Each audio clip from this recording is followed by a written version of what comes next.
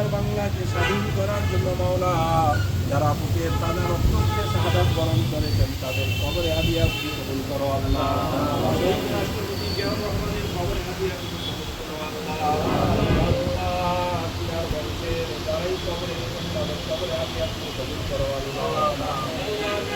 মাওলা আমাদের হারাম কিছু কবুল করো আল্লাহ। اللهم انك عفو كريم تحب العفو فاعف عنا يا رب العالمين। مولا খাস করে আমাদের পূর্ববর্তী গরিব বাংলাদেশের সেরকম বরকত নাযিল করো আল্লাহ। ইয়া আল্লাহ আমাদের পরিচিত হওয়া মানুষকে শান্তি রাখো রাখতে যদি বরকত দিয়ে দাও।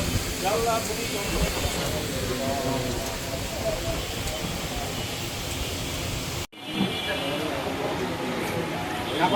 শুরু করলাম।